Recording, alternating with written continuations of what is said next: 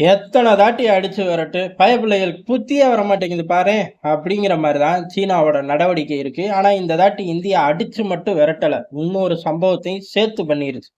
பொதுவாவே சீனாவை பொறுத்தவரையும் ஏதோ ஒரு விஷயத்த மறைக்கவோ இல்ல ஒரு விஷயம் நடந்துகிட்டு இருக்கும்போது அதுக்கு சப்போர்ட் கொடுக்கற மாதிரியோ எல்லைகள்ல ஏதாச்சும் ஒரு சேட்டை பண்ணுவாங்க.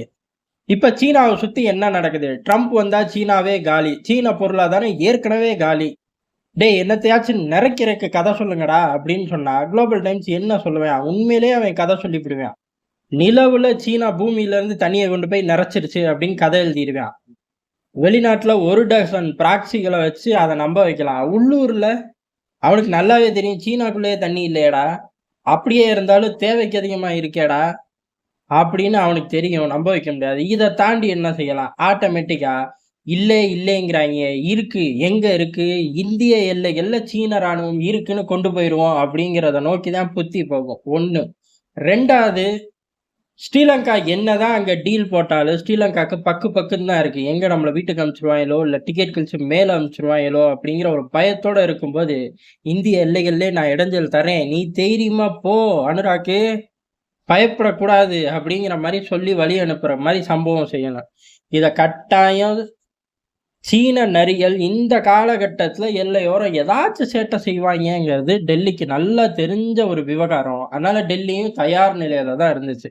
அப்படி தயார் நிலையில டெல்லி இருக்கும்போது பொதுவாவே திருட்டுத்தனமா வந்தாலே அவனுங்க முன்னாடி வந்து நின்று அடி வாங்கிட்டு போறோம் அப்படிங்கிறனால எல்லை தாண்டுறது, இது எங்க எல்லைன்னு சொல்றது, இந்த பேச்சுக்கே சீனா வரல. அதுக்கு அப்படியே நேர்மாறா திடீர்னு ஒரு போர் பயிற்சியில குதிச்சுட்டாங்க. அந்த போர் பயிற்சி அப்படிங்கிறது இந்திய எல்லையோரம் தான் பெரிய அளவு ஏகப்பட்ட வீரர்களை தூக்கிட்டு வந்து பயிற்சி பண்றது. அதே சமயம் நிரந்தரமா பயிற்சியில ஈடுபடுற மாதிரி கட்டமைப்புகளை உருவாக்குறது. போர் பயிற்சி அப்படின்ட்டு போர் காலங்கள்ல எல்லைகளை பாதுகாக்க என்ன மாதிரி கட்டமைப்பு நிரந்தரமா உருவாக்க முடியுமோ அந்த மாதிரி பாவ்லாவை நோக்கி இறங்கிட்டாங்க. இது எங்க போகுது அப்படின்னா, ஆட்டோமேட்டிக்கா வீரர்கள்லாம் பின்வாங்கினதுக்கு அப்புறம் பதட்டம் குறைஞ்சிச்சு. ஆனா, இப்ப மீண்டும் வீரர்கள்லாம் இருக்கிற மாரி ஒரு தோற்றத்த கொண்டு வந்துட்டார்கள். எத்தன நாளைக்கு போர் பயிற்சி சொல்லல. சரி, போர் பயிற்சிய முன்னாடியே இன்ஃபார்ம் பண்ணாங்களா? இல்ல. சரி, ஏதோ லேசுவாசா பண்றாங்களா அப்படின்னு கேட்டா, அதுவும் கிடையாது. சரி, அந்த எல்லையோரத்துல எப்பயும் மிசைல்லாம் கொண்டு வருவாங்க, ஃபைட்டர் ஜெட்லாம் கொண்டு வருவாங்க, அந்த மாரி செய்றாங்களா? அதுவும் கிடையாது. தரைப்படை மூவ்மெண்ட்டுக்கு வலுவான கட்டமைப்ப தான் உருவாக்கிக்கிட்டு இருக்காய்ங்க. இது ஏறக்குறைய படைகள நிறுத்துறக்கு சமம் தான். இந்தியா தன் பங்குக்கு டம்முன்னு தூக்கிட்டு போய் ஃப்ரண்ட் லைன்ல ராணுவத்த நிறுத்திருச்சு. இப்ப நீ பயிற்சி போடு, இல்ல பயிற்சி போடுற மாரி நடி, கட்டமைப்ப உருவாக்கு, இல்ல கட்டமைப்ப உருவாக்குற மாரி நடி. என்ன பண்ணாலும் அப்படியே இங்க பிரதிபலிக்கும் தம்பி அப்படிங்கிற மாரி இந்த பக்கம் ராணுவம், இந்திய ராணுவம் தன் வேலைய அதிகப்படுத்துது. ஆனா சீனாவோட எண்ணிக்கை எது அப்படிங்கிறது வெளியில சொல்லல. இந்தியாவும் அத காட்டிலும் கூட எண்ணிக்கையில தான் டிப்ளாய் பண்ணுவோங்கிறது இப்ப எழுதப்படாத சட்டம். சீனா 1,00,000ன்னா நம்ம 1,50,000 அப்படின்னு குறுகிய நேரத்திலே கொண்டு போய் இறக்கிறது தான் இப்போ உள்ள சட்டம். அப்ப அத நோக்கி நம்ம கொண்டு போயிட்டோம் அப்படிங்கிறது தான். சரி, இப்ப பயிற்சியில ஈடுபடுறார்கள். என்ன மாரியான பயிற்சி? தரைப்படை முன்னேறுறது, இல்ல முன்னேற விடாம தடுக்கிறது, இதுக்கான கட்டமைப்புகள், இந்த யூனிட்டுகள கொண்டு வந்து பெரிய அளவு படங்காட்டுறார்கள். ஆனா இப்ப மாட்டிக்கிட்டார்கள். ஏன் அப்புட்ன்னா, இப்ப அவர்கள் பயிற்சி பண்றார்கள், பெரிய அளவு ராணுவம் அங்க நிக்குது. நம்ம பயிற்சிலாம் கிடையாது. நீ பயிற்சி பண்ற, அப்படியே வேலி தாண்டிட்டேன்னா தொலைச்சு புடுவேன் பாத்துக்கங்கிற மாரி, நம்ம ராணுவம் இப்ப தயார் நிலையில இருக்கு. இப்படி தயார் நிலையில நிக்கக்கூடிய ராணுவத்துக்கு எதுத்தாப்புல உட்கார்ந்து பயிற்சி பண்றதும் ஒண்ணுதான், தன்ன தானே சுட்டுக்கிறதும் ஒண்ணுதான். அப்ப அடுத்து என்ன பண்ண முடியும்? அந்த கட்டமைப்ப நிரந்தரமா பண்ற மாரி பாவலா காட்டலாம். உள்ளூர்ல தேவையான மைலேஜ திரட்டலாம். ஆனா எல்லைகள்ல ஹீட்ட ஜெனரேட் பண்ணி குளிர் காய முடியாது. அந்த ஹீட்டால அவர்கள் தான் பொசுங்கி போறார்கள். இது எல்லையில இருக்கக்கூடிய சூழ்நிலை. பதில் சூழ்நிலைய இந்தியா உருவாக்கி சீனாவுக்கு ஒரு பதட்டமத்தே உருவாக்கிருச்சு.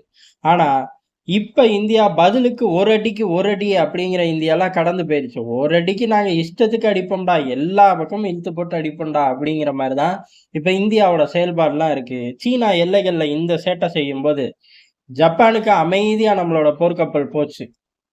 போய் பயிற்சிலாம் முடிச்சுட்டு அப்படியே போன வழியிலேயே அமைதியா நம்ம வந்திருப்போம். ஆனா எல்லைகள்ல இந்த சேட்டைய பண்ணவும், அப்படியே யூ டர்ன் போட்டு தென் சீன கடல்ல எங்கெல்லாம் பிரச்சனைகள் இருக்கோ, தென் சீன கடல்ல எல்லாமே தானே பிரச்சனை. அப்புறம் என்ன? வண்டிய அங்கிட்டு விடு அப்படிங்கிற மாரி, இந்திய போர்க்கப்பல் அந்த பகுதிக்குள்ள நுழைஞ்சிருச்சு. ஜப்பான்ல பயிற்சியில போகும்போது அந்த பகுதிக்குள்ள நுழைஞ்சு இந்திய போர்க்கப்பல் போல. அது பாட்டு சத்தம் இல்லாம போச்சு. வரும்போது இந்த சேட்டைகளுக்கு பதில் சேட்டையா, நம்மளும் செய்வோம் அப்படின்னு தென்சீன கடல் பகுதிக்குள்ள போயிட்டோம். தென்சீன கடல் பகுதி, அந்த சர்ச்சைக்குரிய பகுதிக்குள்ள யார் போனாலும் சரி, அதாவது யாருன்னா அமெரிக்காவோ, நம்மளோ, ஜப்பானோ கிடையாது.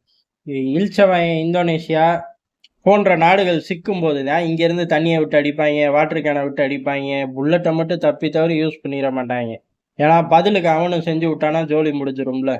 அப்புறம் மிகப்பெரிய கடற்படை வெளியில தெரிஞ்சு போயிரும். ஏலே இவனுங்க பேப்பர்ல எழுதி வைக்க தான்டா லாய்க்கு அப்படின்னு. அதனால இந்த ரவுடிகள் மாரி மீனவர்கள் கூட கொஞ்சம் ஆக்ரோஷமா ஆயுதங்கள வச்சு அடிச்சுக்குவார்கள். ஆனா இந்த ரவுடி பயலுக மாரி தண்ணிய விட்டு அடிக்கிறது, இடிக்கிற மாரி போய் நிறுத்துறது, அது சின்ன மீன்பிடி படகா இருக்கும். இவன் ராணுவ படக கொண்டுகிட்டு ஓடுவான். இந்த மாரி வேலைகள எல்லாம் செய்யக்கூடிய பகுதிக்குள்ள இந்தியா தன்னோட போர்க்கப்பல அந்த ரூட்லயே விட்டுருச்சு. இது எதற்கு அப்டின்னா, எல்லைகள்ல சேட்ட பண்ண, வெறும் எல்லைகள்ல மட்டும் அடி கிடையாது. உன்னோட எல்லைகள் நீ எதெல்லாம் மனசுக்குள்ள நெனச்சிருக்கியோ, நீ வேற பறந்து விரிந்து உலகம் பூரா உன் எல்லைன்னு நெனச்சிருக்க. அம்புட்டு பகுதியிலே டிஸ்டர்ப் பண்ணுவோம் பாத்துக்க அப்படின்னு தரமான சம்பவம். சரி நம்ம போர்க்கப்பல இடைமறிச்சார்களா அப்படின்னு கேட்டா, இடைமறிச்சிருந்தா பிரச்சனை பெருசா இருக்கும். தண்ணி ஊத்தி அடிச்சிருந்தா, பதிலுக்கு நம்ம பயலுக சுட்டே முழுகடிச்சிருப்பாய்ங்க. சமகாலங்கள்ல கடல்ல அதிக அளவு மைலேஜ் எடுத்தது அப்படின்னு பார்த்தா, நம்ம கடற்படை தான். அதனால எந்த ஒரு உரசலும் இல்லாம பின்னாடியே வராங்களாமா. எதுக்குடா பின்னாடியே வர? நாங்க ஒண்ணும் பாதுகாப்பு கேட்கல. முன்னாடி போனா வழிகாட்டுற அப்படின்னா சொல்லலாம். பின்னாடியே வந்து என்ன பிரயோஜனம்? அதுவும் கடல்ல எங்க பின்னாடி வந்து, "ஏங்க கொஞ்சம் கிட்ட வா பாப்போம்" அப்படின்னு நம்மளோட போர்க்கப்பல் ஸ்பீட குறைச்சிருக்கார்கள். குறைச்சு இயக்கியிருக்கார்கள். அவனும் ஸ்பீட குறைச்சு பின்னாடியே வந்துகிட்டு இருந்திருக்கான். தப்பி தவறி கூட நம்ம கிட்ட வந்துறக்கூடாதுங்கிற ஒரு பயம். அதே சமயம் இந்திய எல்லைகள்ல செஞ்ச சேட்டைக்கு தான் பதிலுக்கு அங்கேயே அடிக்கிறாய்ங்க. தென்சீன கடல்லயும் அடிக்க ஆரம்பிச்சுட்டாய்ங்க. இனிமே நமக்கு என்ன பிரச்சனைனாலும் இந்தியா சைடு போக்கூடாது அப்படின்னு சீனா மனசுக்குள்ள நெனச்சிருக்கும். வெளியில சொல்ல மாட்டாய்ங்க.